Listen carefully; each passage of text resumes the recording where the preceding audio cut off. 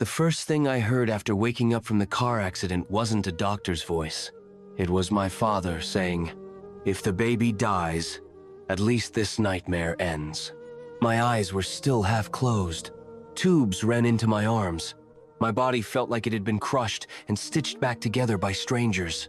But those words, they cut deeper than any surgery ever could. My name is Ethan Miller, and this is the story of how my parents refused my newborn child while I lay broken in a hospital bed, and how my grandfather's words later destroyed the family lies they had lived on for decades. I don't remember the crash itself. They told me my car spun 3 times before hitting the divider. Rain, poor visibility, a truck that never stopped. What I do remember is waking up in the ICU, unable to move, my chest burning, my head pounding like it was splitting open. A nurse leaned over me and whispered, "Mr. Miller, you're alive." Surgery was successful. I tried to speak. My throat was dry. "My wife?" I croaked. She hesitated. "And the baby?" I forced out. Her eyes softened. "Your son survived. He's in neonatal care." Relief washed over me so hard that tears leaked from the corners of my eyes. My son was alive. That was all that mattered, or so I thought. Later that evening, I drifted in and out of consciousness when I heard familiar voices near my bed. My mother, my father. I didn't open my eyes. I wish I had. My mother spoke first. "This is too much, Richard. A disabled son, hospital bills, and now a newborn? Disabled. That's what they had always called me since my spinal injury years ago, even after I learned to walk again." My father sighed impatiently. "We never asked for this child. He should have never had a family of his own." My chest tightened. Then came the sentence that froze my blood. "If the baby doesn't make it," my father said coldly, "at least we won't be tied to this mess forever." I tried to move. I couldn't. I wanted to scream. No sound came out. My mother lowered her voice. "We can refuse responsibility. Let the hospital handle it. We didn't agree to raise another burden. Another burden." That's when my grandfather's voice cut through the room like thunder. "Get out." Silence. "What?" my father snapped. "I said, get out," Grandpa repeated, calm but lethal. "You don't get to stand beside him anymore." I heard footsteps, anger, whispered arguments. Then the door slammed shut. Grandpa pulled a chair next to my bed. I felt his rough hand wrap around mine. "I'm here, Ethan," he said softly, "and your son will never be alone." That was the moment I understood something painful and irreversible. My parents had already abandoned me. The accident just made it official. Growing up, I was never their pride. Straight A's weren't enough. Winning scholarships wasn't enough. Even rebuilding my life after my earlier injury wasn't enough. They loved control, not me. When I married Laura, they warned me, "If this fails, don't come crying back." When Laura got pregnant, my mother asked, "Are you sure it's yours?" That should have been my warning. 3 days later, I was moved out of ICU. No parents came to see me. No calls, no questions about their grandson. Only Grandpa came every morning, every night. On the 4th day, he leaned close and whispered something that changed everything. "Ethan, there's something your parents don't know." I looked at him, confused. He smiled, but there was fire in his eyes. "And when the time is right," he said, "they'll regret every word they ever spoke about you and your son." I didn't know what he meant, but for the first time since the crash, I felt something stir inside me. Not pain, not fear, resolve. The doctor said I was healing faster than expected. They didn't know it wasn't medicine doing the work. It was anger, and something else, something my grandfather had planted inside me with just one sentence. "There's something your parents don't know." That line echoed in my head every night while machines beeped around me. On the 7th day, Grandpa finally told me the truth. He closed the hospital room door carefully, pulled the chair close, and lowered his voice. "Ethan," he said, "I didn't raise your father to become this man, but I failed." I shook my head. "This isn't your fault," he sighed. "It is when I stayed silent." Then he reached into his coat and pulled out a worn leather folder. Inside were documents, property deeds, company shares, legal papers with my name on them. My heart started racing. Grandpa, what is this? He looked straight into my eyes. You don't just own another house, he said quietly. You own half of everything they think belongs to them. I couldn't breathe. What? I whispered. He leaned back. 28 years ago, when you were born, I made a decision. Your parents were reckless, selfish, obsessed with appearances. I didn't trust them with wealth, so I put assets under your name. He continued. Properties, investments, a silent partnership in my company. My hands trembled. They don't know? I asked. He shook his head. Not a clue. To them, you were always the uneducated, worthless son. I swallowed hard. And the baby? I asked. Grandpa's jaw tightened. That child, he said firmly, is my heir too. Suddenly, everything made sense. Why my father always pushed me away from family business. Why he mocked my career choices. Why he never wanted me near financial discussions. He wasn't protecting the family. He was protecting himself. 2 days later, I was discharged. My parents didn't come. No flowers, no calls. Only Grandpa helped me into the car and drove me not to my parents' house, not to the condo they secretly sold while I was in surgery, but to a quiet, modern home on the edge of the city. This is yours, Grandpa said simply. I stared at the house. Glass walls, security gates, a view overlooking the river. My parents sold my condo, I said slowly. Grandpa smiled without humor. I know. I turned to him. You knew? I stopped them from selling this one, he replied. They thought it was under my name. My chest tightened again, but this time, it wasn't pain. It was clarity. That night, I held my son for the first time. Tiny fingers wrapped around mine. A fragile heartbeat pressed against my chest. I won't fail you, I whispered to him. Even if my parents failed me, Laura was still recovering. She had heard everything. The abandonment, the cruelty. She looked at me and said something I'll never forget. They don't deserve to know him. She was right. 3 weeks later, my parents finally showed up. Not at the hospital. At my new house. I watched from the balcony as their car rolled through the gate, confused, hesitant. My father frowned. My mother whispered, "Are we at the right address?" I didn't go down. I waited, because revenge isn't loud. It's patient. Later that evening, Grandpa invited them inside. I stayed upstairs, listening. I don't understand, my father said sharply. Why are we here? And Grandpa's voice was calm. Because it's time. For what? My mother asked nervously. For you to learn, he said, who your son really is. Silence. Then Grandpa added the words that made my blood run cold. And who you really are. Upstairs. I looked at my sleeping son, and I realized something terrifying and beautiful. They had rejected me at my weakest moment. But soon, they would face me at my strongest.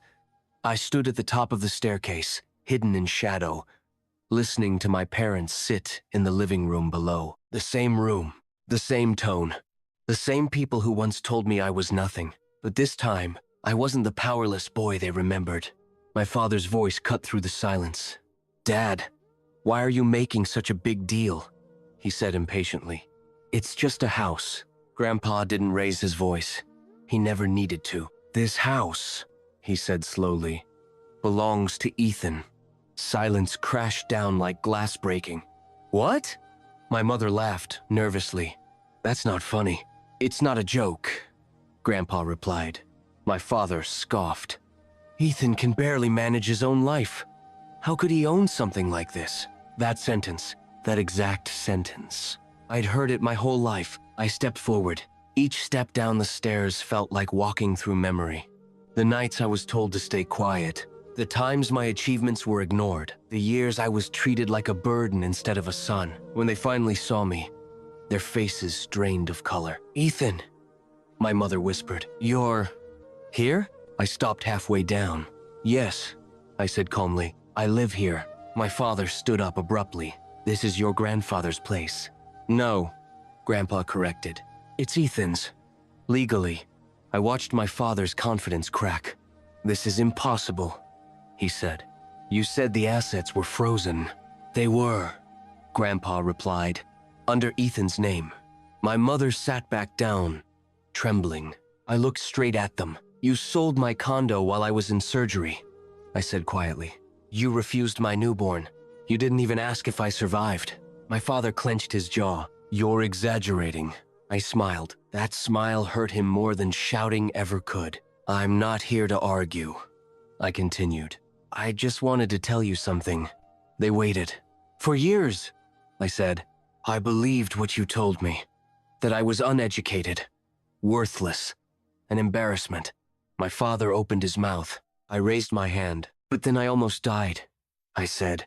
And something funny happens when you face death. Silence. You stop lying to yourself. I walked down the remaining steps and stood in front of them. While you were busy controlling me, I said, I built my own life. Quietly, I turned to Grandpa. Tell them. Grandpa nodded and opened the leather folder again. Ethan owns 3 properties, he said. 2 commercial investments, and a controlling interest in the company you've been managing. My father's face turned red. That's my company. No, Grandpa said coldly. You just ran it. My mother looked at me differently now. Not with love, with fear. When were you going to tell us? She asked softly. I answered without hesitation. When you treated my child like family. Her eyes dropped. My father stepped closer to me. So this is revenge? He sneered. You want to humiliate us? I leaned in, close enough that only he could hear me. No, I whispered. This is truth. Then I straightened up. You taught me something very well, I said out loud. How to survive without support. Laura entered the room then, holding our baby. The room froze. My mother gasped. That's him? Yes, Laura said calmly. The grandson you didn't want. I took my son into my arms. My father looked away. Grandpa stood up. I called you here, he said, to let you know that effective immediately. Ethan is taking over. My father snapped. You can't do this. I already did, Grandpa replied. Then he turned to me. You decide what comes next. All eyes on me. For the first time in my life, they were waiting on my decision. I looked at my parents, the people who raised me as a background character in my own family. I won't destroy you, I said. Relief flashed across my mother's face. But, I added, I won't protect you anymore. My father swallowed hard. You're free to leave, I said calmly. But understand this. You don't get access to my life, my home, or my son. I paused. And the company? I smiled. I'll be reviewing everything. They left without another word. The door closed. The silence afterward felt clean. I looked at Grandpa. Is this what power feels like? I asked. He smiled gently. No, he said. This is self-respect. That night, I stood by the window, holding my son. They had called me worthless, but now I was the man they never saw coming. And the story? It wasn't over. It was just beginning. I didn't sleep that night. Not because I was angry, but because for the first time in my life, I was finally awake. Morning light filled the house, my house. Laura was feeding our son in the kitchen. Grandpa sat at the dining table, quietly reading documents like nothing dramatic had happened the night before. But I knew better. What happened last night wasn't emotional. It was structural. Power had changed hands. Are you ready? Grandpa asked without looking up. For what? I replied. For the part where people stop pretending, he said calmly. At 9 a.m., I walked into the company building my father had ruled for 20 years. Same glass doors, same reception desk, different energy. The receptionist looked up. Good morning, sir. Sir. My father never let anyone call me that. The boardroom was full. Executives, lawyers, accountants, and my parents sitting quietly at the far end of the table. No seats of honor, no authority, just presence. I stood at the head of the table, no speech yet. I opened a folder and slid copies across the table. What is this? One director asked. A full audit, I said calmly. Every decision made in the last 5 years. My father's jaw tightened. You're wasting time, he snapped. This company needs leadership, not revenge. I looked at him. You had leadership, I said, and you used it to crush your own son. Silence. I clicked the remote. The screen lit up. Numbers. Transfers. Hidden accounts. One executive gasped. Another leaned forward. My mother covered her mouth. These are unauthorized asset diversions, I said. Signed by my father. My father stood up. This is manipulation.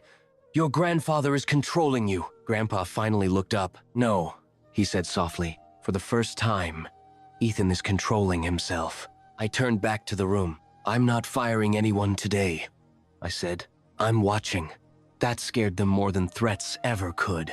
After the meeting, my parents followed me into the hallway. My mother reached for my arm. Ethan, please.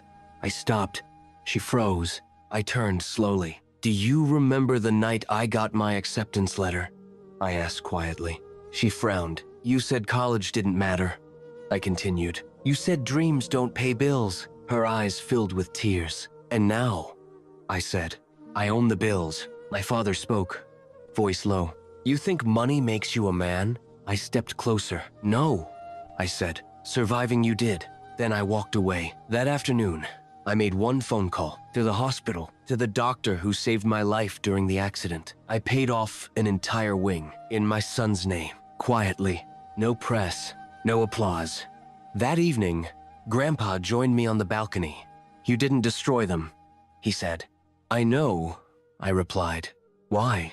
I looked inside, where Laura was rocking our child. Because my son will never learn power through cruelty. Grandpa smiled. That's how you know you won. The next day, the rumors started that Ethan Miller wasn't who people thought, that I was dangerous not because I was loud, but because I was precise. My father tried to fight back, legal threats, phone calls, old allies. None of them worked because the truth had already spread, and truth doesn't need volume. 1 week later, my father resigned. No speech, no goodbye, just a signature at the bottom of a page. My mother sent a message. Can we talk? I didn't reply.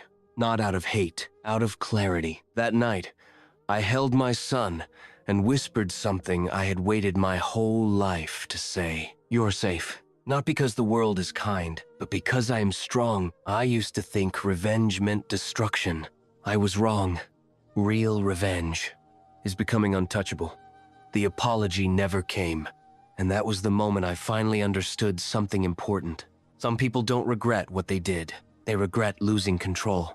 My father moved out of the house 2 weeks after resigning. No goodbye, no explanation, just silence. The same silence he used on me my entire childhood. But this time, it didn't hurt, because silence no longer meant abandonment. It meant freedom. One morning, Laura found a letter at the front door. No name on the envelope, just my handwriting. Inside was a single sentence from my mother. I didn't know how to love you the right way. I folded the letter slowly, not with anger, not with relief, with acceptance. I didn't reply, not because she didn't deserve closure, but because I didn't need it anymore. 3 months later, the company held its annual public forum. Media, investors, employees. My first time speaking publicly as CEO. People expected fire. They expected drama. They were wrong. I stood at the podium and looked around the room. I won't talk about my past today, I said calmly. I'll talk about the future. People leaned in. This company will no longer reward cruelty disguised as discipline. I continued. No more broken people creating profits. I paused. We will measure success by what we build, and by who we don't destroy along the way. The applause wasn't loud, it was deep. After the event, a young intern approached me, nervous, hands shaking. Mr. Miller, he said, my parents don't believe in me either. I looked at him and smiled. Then believe in yourself loudly, I said, and let your results speak quietly. He nodded like someone who just got oxygen. That night, Grandpa and I sat on the porch. Same chairs, same silence. Different man. You did it, he said. No, I replied. I survived it. He chuckled. That's better. A week later, my father showed up unannounced. Older, smaller, no suit, no confidence. Just a man who ran out of places to hide. I hear you're doing well, he said. I am, I replied. Long pause. I was wrong about you, he finally said. Not I'm sorry, not forgive me, just wrong. I looked at him carefully. You weren't wrong about my education, I said.